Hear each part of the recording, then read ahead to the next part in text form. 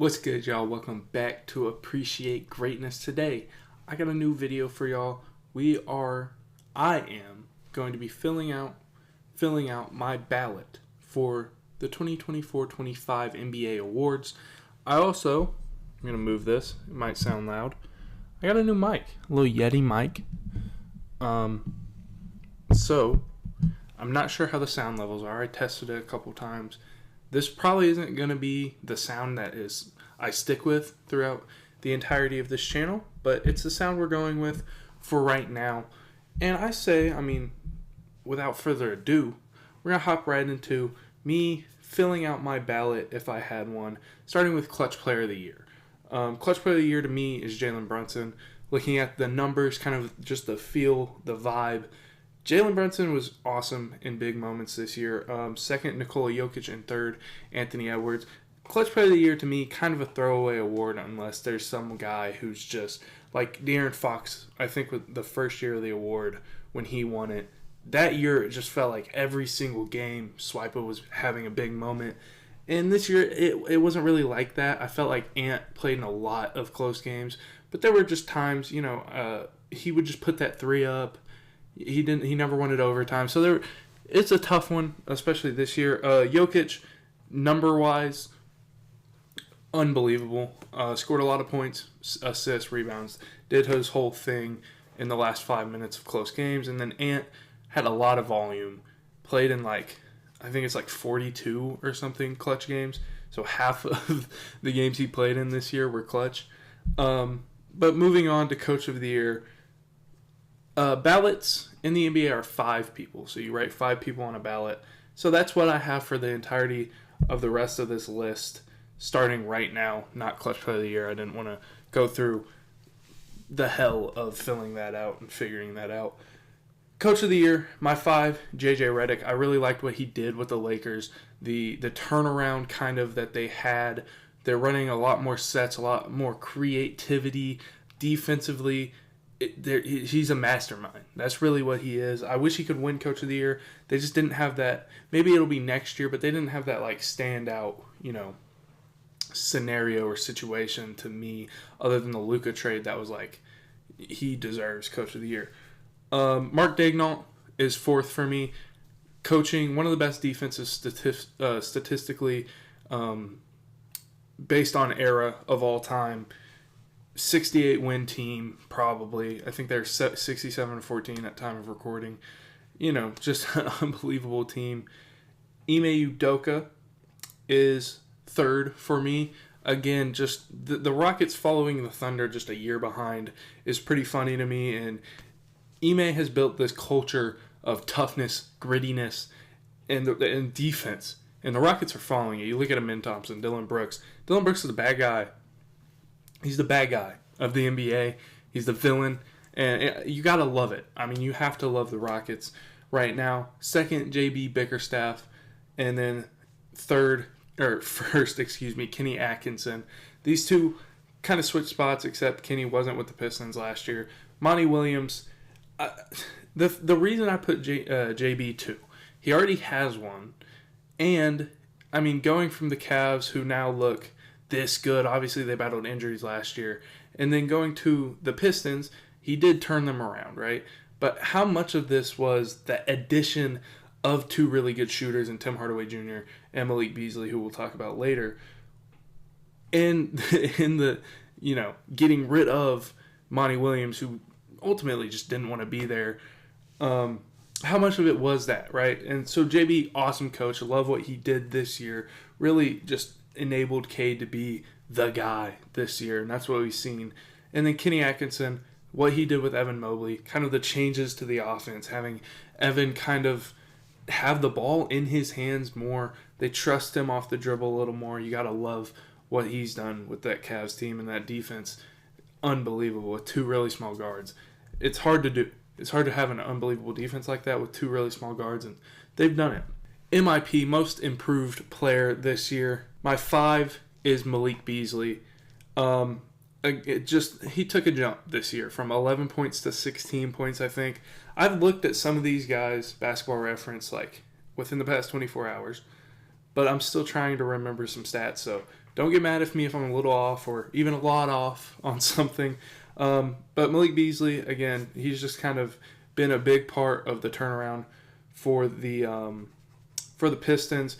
I have an honorable mention here. Norman Powell. He's only played 58 games up to this point. He would win it for me if he had hit that if he had played 7 more games. I mean, he unbelievable jump to be 30 years old and have the jump he did in points and production and even efficiency. He's been really, really great this year. My 4, Christian Brown. Really the best transition scorer in all of the NBA. Great cutter, plays off Jokic so perfectly. 3, Ivica Zubac, whatever you want to say.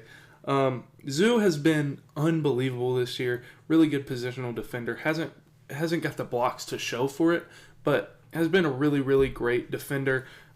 He's a guy you can feed in the post, trust to, really work for his shot, make a shot, or you even saw him get a triple-double the other day on some handoffs, some, out of the post passes. So he's just been a really great all-around player, also one of the best rebounders in the NBA this year. My number 2, Cade Cunningham. I understand the whole number 1 pick narrative, but it's really hard to overlook what Cade has done this year. I mean, took that jump from last year. I think he averaged 22 or so. Now he's averaging 26, 6, and 9, right? So just an awesome jump on pretty good efficiency for Cade. And then my number 1, obviously, Dyson Daniels. Unbelievable defender. Offensive game still has a good amount of way to go. But when you have a guy like Trae Young and Jalen Johnson beside you, you can kind of get away with that and get away with being that 3rd option, 4th option, 5th option who's just dogging on the defensive end of the ball. And that's what we're seeing from Dyson Daniels. And a lot of those steals turn into early offense, turn into easy looks for him or Jalen Johnson, who really runs the floor well, even though he's been out for a while now. But Dyson Daniels, my winner, personally, of the MIP. Next up, 6th man of the year. Honorable mentions, or my number 5 and number 4, Ty Jerome and Aaron Wiggins. Ty Jerome, I don't believe has the minutes. I don't know if Aaron Wiggins does. I actually didn't look. He might not even have the games, if I'm being honest. But both of them deserve at least a vote or an honorable mention here. Both have been unbelievable, kind of in the same way, being spark plugs off the bench. Guys who fit on their team but don't really have a role when those star players are on the court. Aaron Wiggins kind of gets, bumped out more than... I mean, he fits in much better than Ty Jerome, who's playing behind Dono and Darius. Aaron Wiggins can kind of fit in at that 3 spot sometimes, but still, late in games, you'd rather have Caruso or Kaysen out there. You'd rather have Shea, obviously, Lou out there, some guys like that. So that's the reason Aaron Wiggins is 4, other than he might not even have qualified. My number 3 might surprise some people, Peyton Pritchard. He's been unbelievable. Yes, he is a white guy, and I love white guys, obviously. It's every now and then you get a really, it's very rare you get a white guy, a white boy playing as well as Peyton Pritchard has been. Malik Beasley, obviously, like I just said, been unbelievable, been a part of that turnaround for the Pistons. And then my 6th man of the year, DeAndre Hunter. He's done it for 2 different teams, which I think makes it a little weird to navigate for some people, but you see him on the Cavs. He's averaging 15. He's playing good defense. He's been awesome, averaging 19 on the Hawks, I believe. So I love DeAndre Hunter. I love what he's done this season. I believe he should take home this trophy, because when he's tried to start, especially with the Cavs early on after that trade, it just didn't work, right? And him at 6th man, perfect. I think him winning this award is perfect. For Rookie of the Year, my 5 and 4, Kel'el Ware, Alex Sarr. Neither of these guys started off hot. Now, this was different reasons. Alex Sarr just simply didn't start off well. Kel'el Ware just didn't play, right? And so once these two kind of passed All-Star break, really got to settle in a little bit and make their mark, they made sure to make their mark. They've been playing really well. Both guys kind of do the same type of thing. Alex Sarr, a much better passer. Both good defenders, both pretty versatile. Can hit the 3 here and there. So both those guys, my 5 and 4. Kel'el, probably my 5. Alex Sarr, my 4. Then Jalen Wells is going to be my 3. Prayers to him and his family, and even prayers to KJ Simpson, because that's a hard thing to do, is know you're the reason a guy's out for the season, or know you're the reason a guy's injured. So prayers up to all those people involved in the Jalen Wells injury. But Jalen Wells was awesome this season, man. Especially at the beginning of the year. You just saw all these clips of him picking up Steph full court, picking up Shea full court. He was just a nuisance early in the season. Really fun watch. And, the shot kind of fell off toward the end of the year. Stopped getting as many minutes, and that kind of hindered his Rookie of the Year, him winning Rookie of the Year. But I still like him at 3. And then at 2, I'm still not decided on this, but I'm going to go Stephon Castle. I love Stephon Castle. Loved him coming out of the draft. He's awesome. I hope he picks up the jumper. I think he will. You look at his high school film. If guys were going under, it was bottoms. And, I'm excited to see that. The D-cell game is so fun to watch. The defense is so fun to watch. He's had to hinder a big load offensively without Wemby, without a lot of guys here late in the season. I just dropped my phone.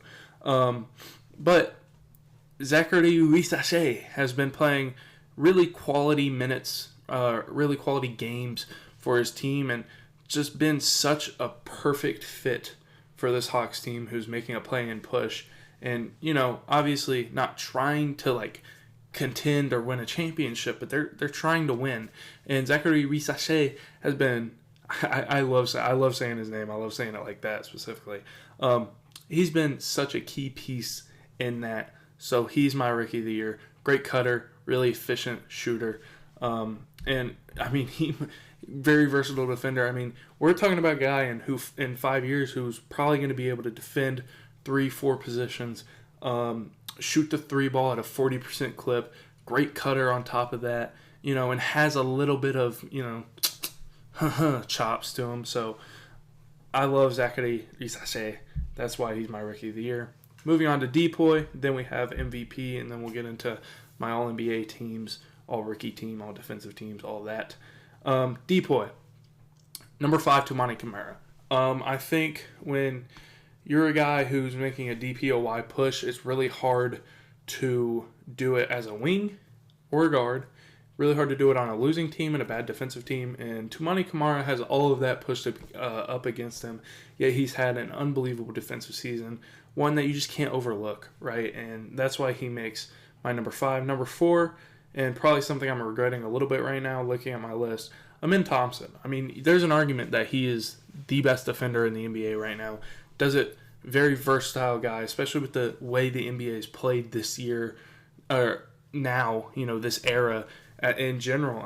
Everyone's versatile. The way offenses are ran, there's so much switching, so much cross-matching. Amin Thompson, if he's on the court, it doesn't matter who he's defending, what position he's defending, where he is. He's being a nuisance. He's blowing up plays. He's been awesome this year. Number 3, Lou Dort. The reason I put Lou Dort here, screen navigation. Like I said, so much switching, so much pick and roll, dribble handoffs, and it just doesn't seem to matter for Lou Dort. Also draws a ton of offensive fouls, and those offensive fouls he draws are a lot of momentum for the Thunder a lot of time, and he's taking that hardest matchup every game in and game out. So, for one of the best era-adjusted defenses ever, I gotta have Lou Dort 3rd. Evan Mobley at 2. Again, another really versatile guy. Doesn't really defend the perimeter a ton, but leading a great defense. He's the head of the snake out there. And then my DPOI, and y'all can say, podcast propaganda got me or whatever. It's Draymond Green. Now, Draymond wasn't super amazing early in the season defensively. Really picked it up. I wouldn't even say post All-Star break. I would say December-ish. He started really, really playing awesome defense. And his success and the way he plays defense is a lot different from the 4 guys I just mentioned, right? He's not blowing up plays like Amin. He's not super versatile. He's not blocking shots like Evan Mobley. Rather, he's communicating really well on switches or seeing plays before they even happen and being the guy to defend the point of attack because he saw it. the way Draymond Green defends is a lot different than all these other guys, but it's just as impactful, and I think, and he can still block shots, rim protect, and guard the perimeter. So that's why Draymond Green is my DPOY. And then my MVP of the year, we got 5 Cat, 4 Jason Tatum, 3 Giannis. We can skim over. We'll talk about them when we get to All-NBA. My number 2 is Nikola Jokic.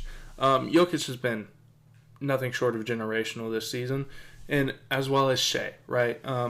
For a guard who's 6'6", it's a little harder to do what Shea's doing. 52% from the field, 33 points per game.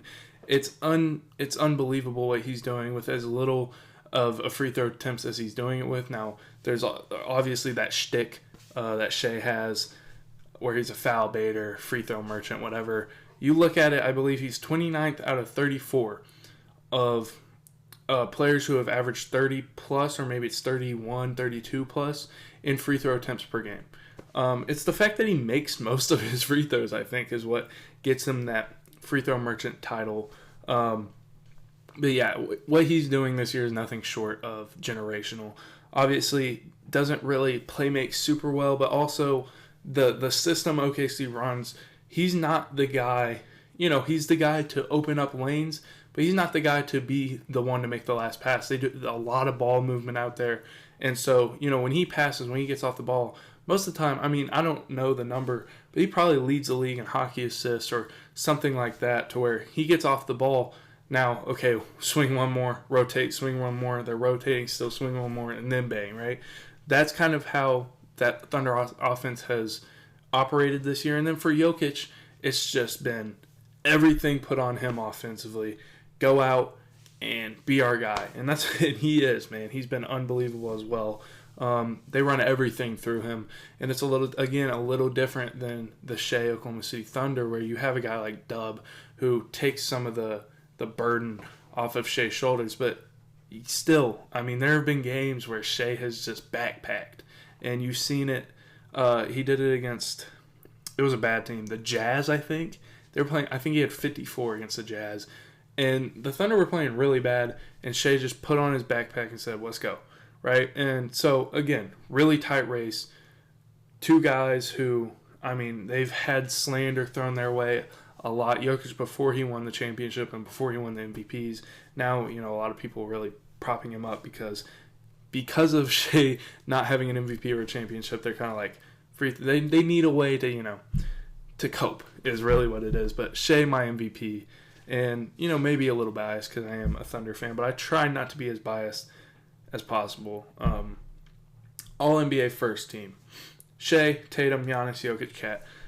Now, the Cat pick is probably the one that's going to be discussed the most.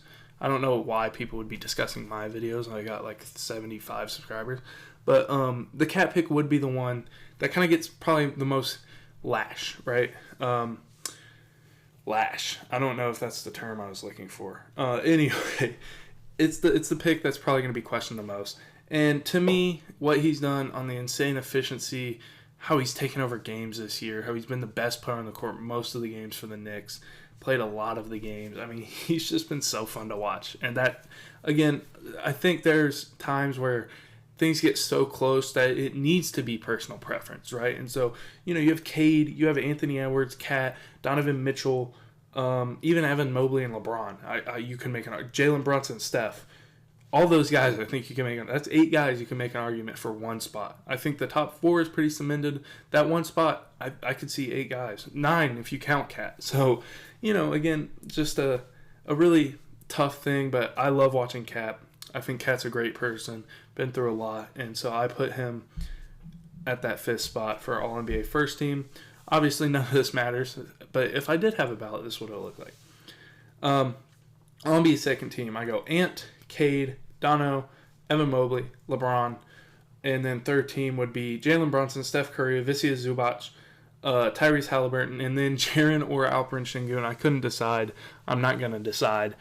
Both have been amazing. Jaren, the defensive versatility, added on to the fact that he's been their best player this year. Ja has not been Ja, really, and that might have been when Taylor Jenkins was there, the lack of pick and roll, but I have Jaren for this spot. My phone's still on the ground. I forgot. I was like, what is buzzing on my feet? I don't really have any more people to talk about on the second team. I don't think. LeBron's been great. Steph is old and he's still been great. Zubats, again, we've talked about him, just how good he's been this year. I'm going to move to the defensive teams. This was the hardest list I put together. And I actually made a third team because I just wanted to shout some guys out. So first team, Amin, Lou, Tumani, Draymond, Evan Mobley. Talked about them. Second team, I went J-Dub. Really versatile guy. Guards a lot of bigs. I think there's been several of tweets I've seen about efficiency, big man efficiency or rim efficiency when guarded by this certain player. And J-Dub is on every one of those lists as the smallest guy, the only guy below 6'8 or 6'10 or whatever you want to put the benchmark at. He's the only guy there. Jaren, again, has been great offensively, but still having a really good defensive season. Rudy Gobert, he's going to get slandered. I also have Zubats here, who I think they're both going to get slandered because they're slow-footed. They don't really guard the perimeter too well. They're going to be put in, clips or whatever. But, they've both been really great interior defenders, positional defenders, always in the right position, and great rebounders. And rebounding is really important because it caps off a defensive possession. Cason Wallace was also in this list. Cason is probably the just straight-up pure best perimeter defender on the OKC team. Doesn't get enough credit for that. And then all defensive third team, I have Shea, Bam, Giannis, OG, and Jaden McDaniels. Just guys I wanted to give a shout out to. Giannis obviously carrying a big load offensively, can't be what he normally is defensively, but he's still been really good. OG, like I said about J-Dub, OG might be the most versatile guy in the NBA. Guards everyone. Jaden McDaniels, really great defender. We know that about him. And Shea, playing passing lanes. Bam, super versatile, really good rim protector. All rookie teams. Not going to talk about these guys much. We have Zachary, Stephon Castle, Jalen Wells, Khalil Ware, Alex Starr. Second team is Bub Carrington, Isaiah Collier, Zach Edey, Yves Missi, and Donovan Clingan. Bub has been awesome down the stretch. Isaiah Collier, same thing. Turning into one of the best playmakers in the NBA right now as a rookie. I think he's 19 years old still. Zach Edey has been solid for the Grizzlies. Spot minutes, starting minutes, whatever he's had to play, he's been solid. Yves Missi, another guy. I mean, he was really good. He was probably first team all rookie until he went down with an injury. And then Donovan Clingan, hasn't played much, but when he has played, he's been really good for that Blazers team. And the last thing I wanted to do is an idea I've always had since 2020. I've always had these guys who are my guys, right? And so we're going to call them Appreciate Greatness All-Stars. And I'm just going to fly through this list of guys who I really enjoy watching, who are some of my favorites in the league. I wanted this to be a 25-minute video. Looks like it's going to be about 25 minutes. So let's get into this. Bryce Sensabaugh for the Jazz. He's been awesome, averaging about 10 points per game, 42% from three. Next is Tumani Kamara. We talked about him earlier. Defensive versatility. That's something I'm in love with. Really great defenders. Max Christie, one of those guys, really great 3-and-D players. Got traded to the Mavericks, had some big games. Was really fun to watch. Keon Ellis, another guy who's very defensively versatile. Not even versatile, but very good defensively. Really good catch and shoot guy. And can do a little bit more with the ball. He hasn't got the opportunity to showcase that because he's had De'Aaron, Zach LaVine, DeMar DeRozan, Malik Monk, just all those guys all on that team. Next guy, I have Scottie Pippen Jr. He has been unbelievable in whatever role he's needed to play. He can play off ball, he can play on ball as a starting point guard or the backup point guard. Whatever they need him to do, he can do. Shout out Anthony Edwards. But he's been awesome. Been a great player for them this year. Nickeil Alexander-Walker. He's also averaging, I think he's shooting 48, 37, and then 70 from the free throw line. Nickeil Alexander-Walker, versatile defender, can guard 1 through 3. Hits the three a little pretty well. And then makes some things happen off the dribble, which is really fun to watch. Quentin Post is my next guy. He's just been really cool as a stretch big, which is kind of something you got to fall in love with, really. 41% from three on 4.3 attempts this year. My next guy, Russell Westbrook. And now, I will say, I wanted to say this. I normally lean really young with these guys, where, they're guys who might never ever become all-stars, or just, guys who I think were underlooked or young who could develop into something. Russell Westbrook's not that at all, but he's still been super underrated this year, especially with all the hate that gets thrown his way. He's been really good. Their best interior passer, getting the ball to Jokic, one of their better cutters, very smart, very good defender. So he deserves to be on here. Cason Wallace, like I said, one of the best perimeter defenders on OKC, gets it done night in, night out. And he's also got some, inside finishing. He's got some of that too. Modest Buzelis is a rookie. Didn't make my all-rookie team. Maybe should have, but he's been really fun to watch. He's going to turn into a star in this league. There's really close to no doubt in my mind. Probably not a guy who would ordinarily be on this list, but I think I have a lot of those. I went Western Conference. I went 15 through 1. Eastern Conference, I went 1 through 15. Couldn't find anyone in the East, so I kind of got to Modest. He's the first guy I put. I think they're the 9. Are they the 10 seed now? Maybe the 9 seed right now. And he was the first guy I wrote down. So they're the 9 seed because the Heat are the 10. And then the Heat, I went Davion Mitchell. In 29 games with the Heat, he started 14. I kind of have a photographic memory, I think, because I can see the basketball reference page right now. And he's averaging, I don't know what he's averaging, though, so maybe I don't have a photographic memory. Shooting 50, 44, 70 splits, I remember that. So, the way he defends, off night, Davion Mitchell, it's been awesome. Jeff Doughton, he's been solid for the Sixers. I kind of wanted to just give them someone because they've had a lot of guys rotating in and out. Everyone's played it inefficiently. Jeff Doughton been pretty efficient, averaging 7 in 41 games. Been a solid little piece for them in a terrible a year from hell. So he's been awesome. Seth Curry is shooting 45.6% from 3, leading the NBA on 2.7 attempts, I think. But still, I wanted to throw him some love. And then the last guys, just a whole bunch of Wizards. Bub Carrington, Justin Champagnie, Alex Sarr, Keyshawn George, AJ Johnson, and Colby Jones. Colby Jones draft crush from a couple years back. Bub Carrington draft crush from this year. Justin Champagnie, just a mid-season crush I had last year, now this year. So just a lot of those guys who I think that Wizards team is really underlooked. I think they have a lot of young talent. Those 6 guys are amazing players. And then my honorable mention in all of this is Trey Murphy, because he has been good. He's just been maybe too good to be an Appreciate Greatness All-Star. So that'll do it for my NBA All-Star ballot.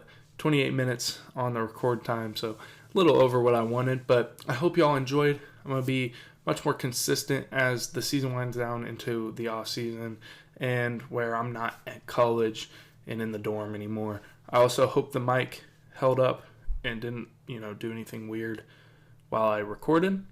I'm going to test some more volume stuff before the next video, but I hope it was good for y'all. So I hope y'all enjoyed. If you did, please leave a like and subscribe. I love each and every one of y'all that tune in weekly or bi-weekly or monthly or bi-monthly to watch my videos. Y'all are amazing. I'm glad to have the small fan base I do of a lot of great supporters. So please subscribe, hit the bell icon if you want to catch every one of my videos. Leave a like and leave a comment. Tell me, what you think I could do better, what you think Appreciate Greatness could use. I'll see y'all. Peace.